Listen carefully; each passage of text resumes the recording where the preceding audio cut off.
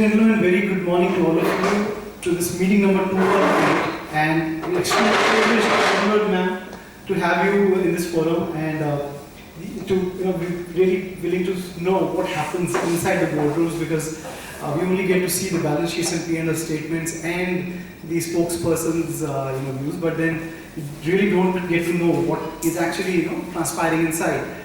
Thank you everybody for inviting me here. I'm coming here for the first time, but it seems to me to be a very energetic group.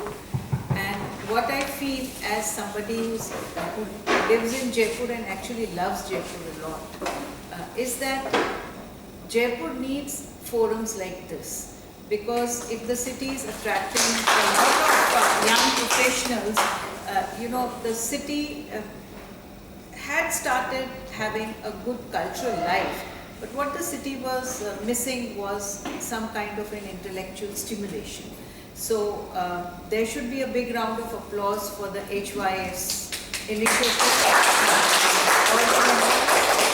because it seems to be a very lively and a very enthusiastic group. And thank you very much for inviting me.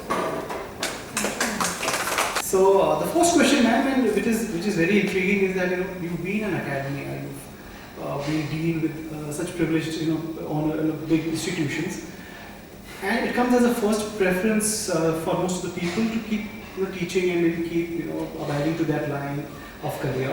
But you've taken switches to the world of corporate, which is extremely challenging and a very, very high pressure job. So was this planned, ma'am, or did it happen as per destiny? How was it? I personally do not believe much that things happen because they are destined, and yet at some point I believe in destiny. You see, teaching is a kind of a profession in which you are supposed to be the master of your subject. How do you attain mastery? Mastery doesn't come from books. Mastery comes from practice. Like today's Mother's Day and everybody's saying Happy Mother's Day. But actually you don't become a mother just because you have a baby. I mean, that's a biological process. You become a mother when you actually start rearing that baby, feeding, cleaning, being awake, controlling your temper, so on and so forth.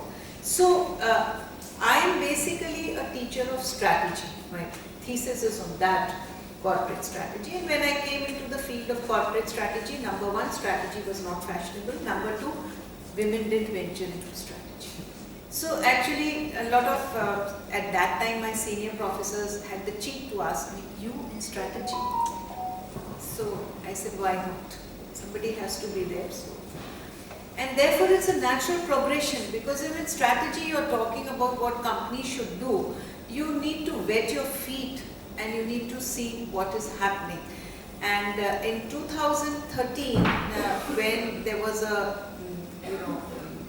an opportunity came, and it literally came because somebody called me up to ask me, would you be interested in XYZ assignment? I said, why not? Because for me, the natural progression would have been to become a vice chancellor, something I was not very keen.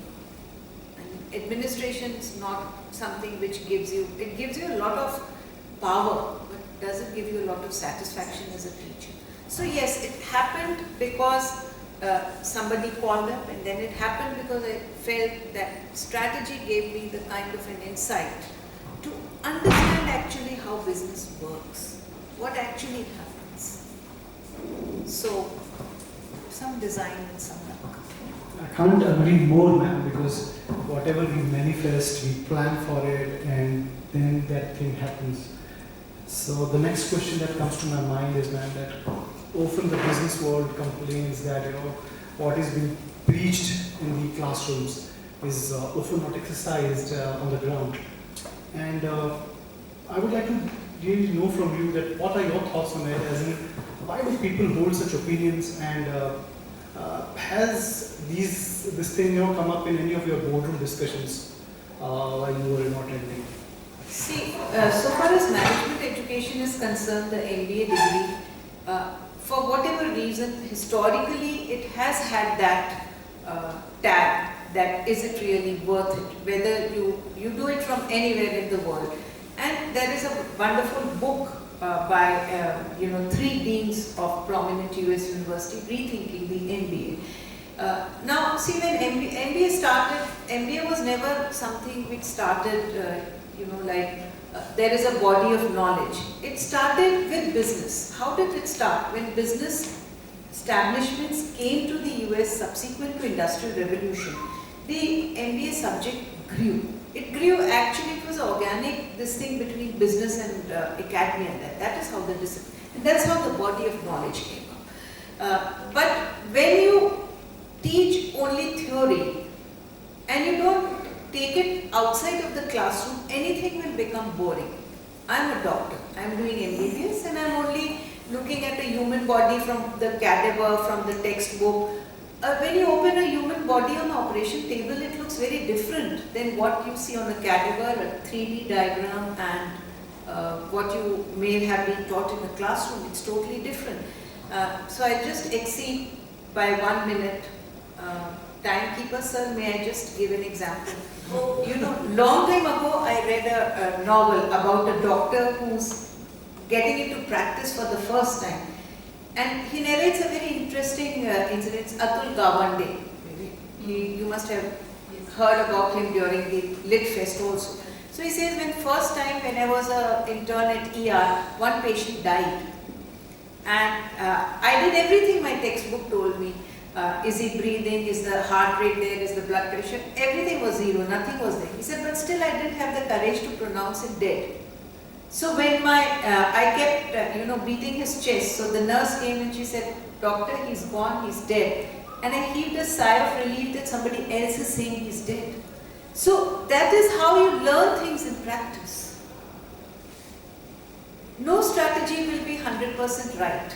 No strategy. And business is not about right or wrong, grey, black. Business is a lot about grey. So yes, on the boardrooms does this question come up? Why boardrooms? Everybody in society is very skeptical about teachers. Everybody says, ये तो teacher है, as if इनको कुछ दुनिया का पता ही नहीं. I don't know why, but I personally feel, because I came to teaching as a choice. I was in the corporate sector and I shift to teaching.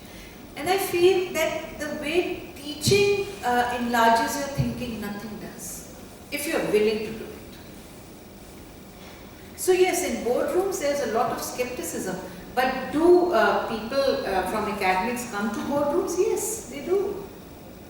And they bring a lot of unconventional knowledge and an unconventional behavior. I'll give you one example. Our universities don't have the best of infrastructure. No university, state university has a lift. I think they thought, नहीं सबके हाड़ गोड़े चलेंगे. नहीं है, Rajasthan university में आज तक नहीं है lift. So, but when you go for a board of directors meeting, there's a frenzy. Oh, directors. This lift is dedicated for directors, and I think in my head, director 2 minute खड़ा भी रहेगा तो क्या हो जाएगा उसका? जिसको जल्दी है भैया, जिसको पंच करना है, जिसको वहाँ बॉस चिल्लाएगा, उसको जाने दो. हमारे जाए बिना तो वैसे भी मीटिंग नहीं शुरू हो रही है. तो मतलब क्यों इतना? So we come with a very different attitude. I mean, why all this? So yes. But does it surface in the boardroom? Do people ask? Of course, people don't ask you blatantly, oh, you are a teacher, what do you know? People tell you, okay madam, what is your view? Then you give a view, and then somebody will try to fudge figures and you say, no, but your figure on that page does not tally and this is not. So you have to actually make yourself felt in that. People listen to you. Absolutely. So being a former employee of IndusInd Bank, I kept on following that news article, and as the things worsened for the bank, we could see deputy CEO resigning and the CEO resigning and what's happening in the media. For sure, man, this job for various directors there and independent directors also must not have been pleasant, man. And so this leads me to the next question, that since you've handled so many roles in academia and then as an independent director also, which would you rank most enjoyable and learning I mean, your question is, do I enjoy the independent education or teaching? Yeah, I mean, yeah, in terms of learning. A classroom with an old-fashioned chalk and a board any day. It's like you put somebody on a stage, so that is something which has a charm, and it's there. I mean, I just cannot explain it. Why you like being on the board is, see, there are two aspects when you're on a board. One aspect is you're learning yourself. You learn so much. Being an independent director is not easy. You have to read a lot, because there are a lot of things which are happening which you do not know. For example, somebody like me who does not belong to the finance and accounting stream, to understand Ind AS, to understand the implications of the move, and how a lot of audit committees and young CAs and CSs are grappling with when this transition happened. So that is one kind of learning. But the second kind of learning which is there is, can you articulate what you know? You may have a lot of knowledge, but in a meeting you have to make it, you have to present it in a manner that the other people feel there's value of your knowledge. You may have knowledge, but if that knowledge is more esoteric, it does not come out in terms which enable people to have an idea that this is how it can be used, this is how it is relevant, then it serves no purpose. So I think that is a very important thing, and you learn as you go along.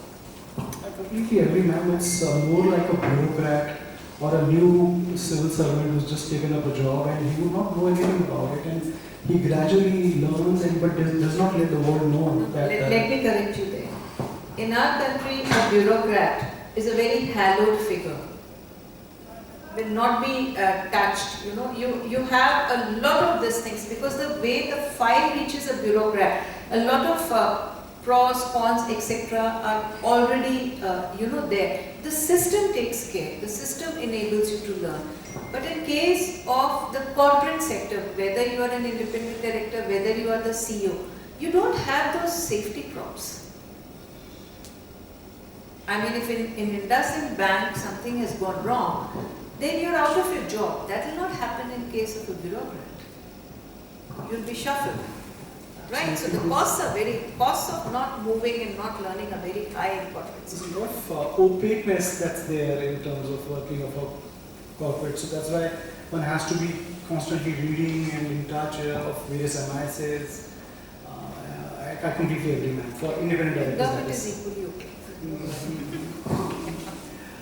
So ma'am, the next question that comes to my mind is that, having functioned on both government side and the private sector side, what's the difference in the environment of the boardrooms and how it is kind of conducted? Bank of Maharashtra was a public sector bank, and I have administratively been a part of a quasi-government and a government system. See, in government system, hierarchy is very important. It's important even in the corporate sector. But in the corporate sector, people feel more confident speaking their mind. In so far as things like technology, so far as things like market, how the market is moving, so far as regulatory compliance, people feel far more confident in putting forth what is their point of view. Both sectors have more or less the same reverence for hierarchy. Hierarchy is important. I've seen there's a frenzy when some board papers are being made. If you're a board member for a subsidiary and your parent company's board meeting is just round the corner, the whole floor is in a frenzy. Papers are low and everybody's like, oh, these are green papers, they're board papers. So those kind of things happen. But a very big difference between the private sector and the government sector is, number one, you have similarity. You have brilliant people on both the sides. It's a myth and a fallacy to think people in government are not bright. They're very bright. People in corporate sector are equally bright. The difference is that in the private sector, I think there's a greater recognition of that talent and of opportunity for career progression is faster and clearer, which is not the case always in the government sector. You know, even if you're an IAS officer, you are bound by certain rules, regulations, time-bound promotions are there. So that is big difference. But people on both sides are brilliant and they know that they're brilliant. It's not that they don't know. I completely agree, ma'am, because we've seen Arundhati Bhattacharya, working for SBI as MD CEO and then going on to take over Salesforce at the helm, and equally proving her mentor goes on to show that she was brilliant, and whether she was on the PSU board or maybe PSU team or now at the private sector, this thing multinational. Arundhati Bhattacharya or Chanda Kochar, you see because they are in the news headlines. But there are a lot of people you don't see, about whom you don't read. But if you interact with them, you're amazed at the kind of depth of knowledge that they have.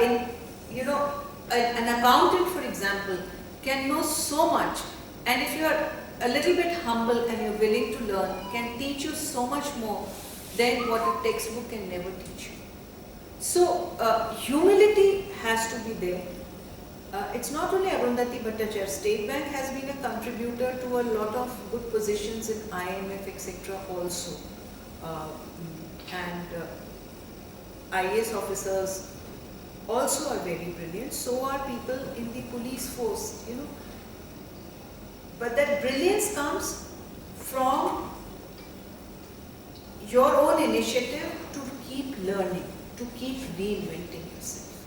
That brilliance is not bestowed upon you because you belong to an organization, private or. Very well said, ma'am. It's a kind of it clarifies that you have to be at the right place at the right time. It's not about that place or time. It's about you working constantly upon yourself and. If you work that right time, will automatically, it will come to you on a platter. Let me put it that way. Absolutely, very well said, ma'am. The next question is that since you worked with SMS Medical College and Hospital very closely as a member of ethics committee, so how would you rate, the working as far as that hospital is concerned, and in general, do you believe that on a scale of 1 to 10, these guys are doing, what kind of job are they doing as far as ethics is concerned in the healthcare I'm talking about? See, by law, all hospitals need an ethics committee. The purpose of the ethics committee is basically to safeguard the rights of the patient, which is right to treatment, right to privacy, right to information. Broadly, 3 kinds of things. Now, in a medical college, you will always have a hospital. So, earlier what used to happen, patients were not informed. For example, you undergo and surgery for appendix. The hospital has removed your appendix. Today the hospital has to ask you that with the appendix I have removed some adipose tissue from your abdomen. Can I use that adipose tissue for research purpose for a 20-year-old longitudinal study that are Indians more prone to diabetes? If you say no, that tissue cannot be, it's a waste for you, it has been taken out of your body. But still you have a right over it. Now this is just an example that how things have changed. In India we have as of date roughly about 5.5 million cases which are called as medico-ethical cases where people say, and unfortunately and sadly 80% of those cases are because of wrong procedures done at surgery. And if you ask me the question, then is it an ethical issue? No, it is not. It converts into an ethical issue because you went for a service and that service was not given to you and things turned out really bad for you. But why do they turn out bad is not because somebody wants to be unethical, but why they turn out bad is we are very, very lackadaisical and inept at training people who need to be trained. Our nursing staff is not trained the way it should be.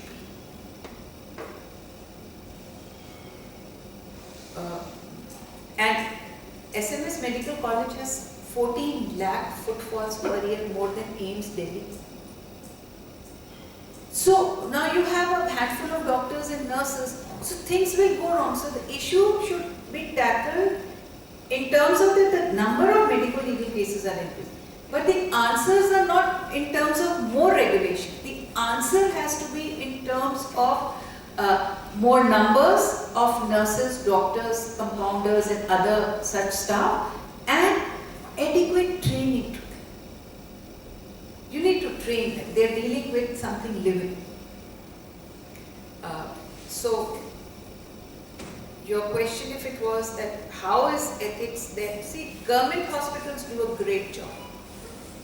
SMS Medical College and Hospital is one of the few hospitals in this country where a OT runs 24/7 into 365.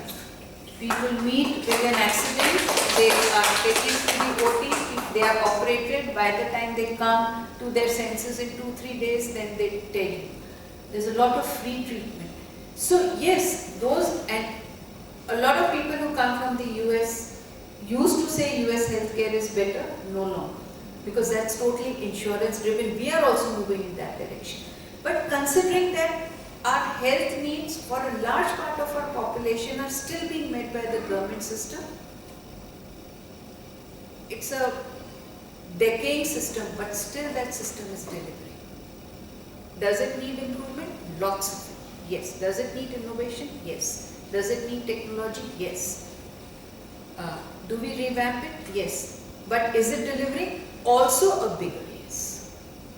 So do not discard it just because we are wearing rose-tinted glasses. Also look at what it is delivering, under what conditions, and to whom. That's what I Makes me think, ma'am, that perhaps we need auditing systems, strong auditing systems of these healthcare bodies also. No, audit should come after you've strengthened the system. See, the problem with audit is, you audit, you say this is how it should be done, right? But have you given me the manpower? Have you given me the budget? Without that, if you're going to tell me this is how it should be audited, of course, then I will tick mark, and then in a similar room we will say this is not ethical. Yes, ma'am, what contradicts here is that the non-profit nature of these institutions, because had these been profit-making institutions, then perhaps they would have an eye on the employee productivity also, and so whether they need more people, less people, maybe all those things, all those parameters will come into play, but the sheer motive is to serve the society. No, they are serving the society, but you don't need intelligence of a very high degree to figure out if I have to service 14 lakh people, what is my manpower requirement? What was it when I was serving 14,000 people? You need to extrapolate at the same level, right? Few days ago it was in the newspaper, nobody wants to be the superintendent of SMS Medical College. Because superintendent is a doctor, he can't be held responsible if the PWD is not coming and repairing the roof. So you need to put the systems in order and then have an audit. In our country, the problem is first we have an audit committee and then we have the system. So people say, okay, audit ko chup rakho bhai. So the true change never happens. Very well said, ma'am. I really wonder if you were this vocal in meetings, and it would have been really tough. I'm pretty vocal. Teacher is always vocal. Because they kya vocal cords ke alawa. So I remember, ma'am, two big incidences where the first one was when Mr. P.J. Naik was made to step down from the MDCO position. He was an IS officer and was serving Unit Trust of India, the bank that they had made, which we now know as Axis Bank. So in around 2006, he had to step down. Shikha Sharma ji from ICICI came ahead and he kind of threw a boardroom circus. She took over the bank. And the second one is of the famous, brothers, Ambani brothers, Anil and Mukesh. where we would hear stories of Kokilagan also being present in the boardroom discussion, and K.V. Kamath Saab coming in and become mediating the discussions for the distribution of the wealth in the companies, etc. Made us a lot of, it generated a lot of mystery around the boardroom activity. So the next question is that, what exactly happens now inside the boardrooms, in the sense that obviously are these, though you've answered it partially by saying that they follow the hierarchy and all those things are there, but then are these transparent? How it happens? I told you about the hierarchy in terms of government organizations versus private sector organizations, not regarding the boardroom. See, a boardroom is a place where what happens there has been answered during your debate. What is the basic purpose of a boardroom in a for-profit company? Shareholders should get the return on their money. Business is basically an activity which has to generate wealth. I don't like the word profit. So you can, because when you talk of profit, it becomes one particular segment's ownership. But when you use the word wealth, actually Adam Smith regarded a modern business as a wealth generating factory. It will generate a lot of wealth, and which means there will be a lot of multiplier effect. Okay. So what actually happens in a boardroom is, first and foremost, the board is very concerned with how is the business doing. A lot of emphasis is on the quarterly results. The financials are very important. What is the business doing, and what are the challenges? So in most board meetings, the agenda will run into, say, at least 25 points, and total number of agenda papers would be about 500 annexures and all counted, which you are supposed to read in about a week's time. It has its own problems. Some you read, some you can't read. But the focus in a boardroom is, how's the business doing? Where are you going wrong? What are the competitors doing? And fourth, and very important, are you on spot with your compliances? No board wants to be told that we've not been spot on with our compliances. Still, with the best of efforts, sometimes you're not on compliances. Like in case of mutual funds, etc., where technology is there, a lot of interplay with technology is there, there are certain slip-ups. So ownership of those slip-ups and rectification is very important. But also, what is very important in a board is not a headmaster. They are not there to reprimand. There will be mistakes. So the board is only there to caution you, to guide you, that let not this slip up happen. Slip up can be on a bad product, slip up can be on a bad decision. See, sometimes you take decisions, you feel that this idea is going to give you a great competitive advantage, even if it doesn't. It's rather only taking in a lot of money. So the board doesn't say, oh, who did it? Let me just, fire that guy. Board says, this happened. What is your learning from the board? What's your learning from the event? What would have been a better way? We are giving you time. So board does not give you a rap on the knuckles. That is what is the function of the board. Board's idea is to give you a direction, not a reprimand. So this is what happens in a board meeting, and every board has a lot of different subcommittees. There are different types of directors, and also there are nominee directors, independent directors, directors who are there as employees of the company, so on and so forth. And there are different subcommittees, like audit committee and risk committees. They are very critical. They are the ones who are responsible for seeing your compliances, your what's wrong, what is the hidden this thing in your profit and loss statements, etc.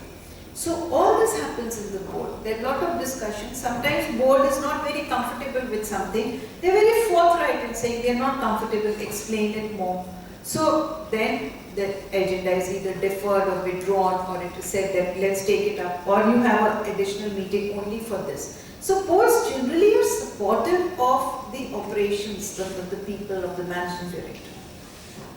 What they do is they want you to be extremely cautious. And I'd just like to add one line to your debate. Ethics has to become an integral part of business. But on day one, no business can address everything. So you have to pick and choose whether I will be this thing for the product. You have a small company, Jaipur-based company, Minimalist. Yeah, Minimalist just took away all the mystery surrounding beauty care products. They said these are our products, these are our ingredients, that's it. And rest is history. 2,000 crores that they've been lapped up by Hindustan Lever Limited. So they were ethical in terms of what their ethics was driven by. We are going to be honest about the product. So you choose that one area and you stick to it. And that it is the board's job to see that if you've done that, are you sticking to it? This is quite assuring and really at least demystifying also that, some real good work happens inside the boardrooms. Absolutely, Yeah. absolutely. Lot of good work, lot of hard work happens inside the boards. This brings me to the last question, ma'am, that, whether whatever perception we make out of a brand or a company, whether it's a genuine good work which is happening, or is it a brand building exercise or a perception building exercise that happens in the background? It's very difficult to say either or, because both the things are important. I gave you an example of Minimalist. Okay, there are very small online companies. There's one company you people may have heard of, Two Brothers Farms. Two Brothers Farms is its motto is that we are going to give you pure and organic. And you also have a company which says free range eggs, and in Jaipur you have another company which gives you A2 milk. Now these businesses will be niche businesses. They will never become an Amul. But how that work is going to spread is because they genuinely believe in a good product, right? So that answers one part, that does really good work happen. Yes, a lot of brand building is important for bigger companies like Nestle, for bigger companies like Amul. Everybody believes in the Amul brand, right? So there is good work, plus but Amul is not telling you that our cows are only grass-fed. Or they have a separate category of Gir and A2, this thing recently, but they are also selling you ghee which is mixed with buffalo and cow milk, and that is pure buffalo milk. So depending on what scale you are operating. Now Amul came up at a time with a different agenda. So its idea was that it should spread that far and wide. But there will be a lot of companies who are doing genuine good work. Those companies will always be niche companies or very different. But companies which want to come up, which want to be cost leaders, they will have to come up with a good product, but they will also have to come up with a brand. Thank you, ma'am. This was. I think you gave the example of Ramesh. No, but then valid, yeah. So you're giving the making charges, but the caratometer is such a big, trust factor. But you know that you are paying a lot for this thing. You buy a diamond product, and 6 months down the line, you know whether its prices have gone up or its prices have gone down. So now you also have lab-grown diamonds, and you also have moissanite. So if somebody is selling you moissanite with a certification for moissanite, that's a fair business. An unfair business is I'm selling you a moissanite for the price of a real natural diamond. So that's a con job. Actually, that's not a business. That's a Ponzi scheme.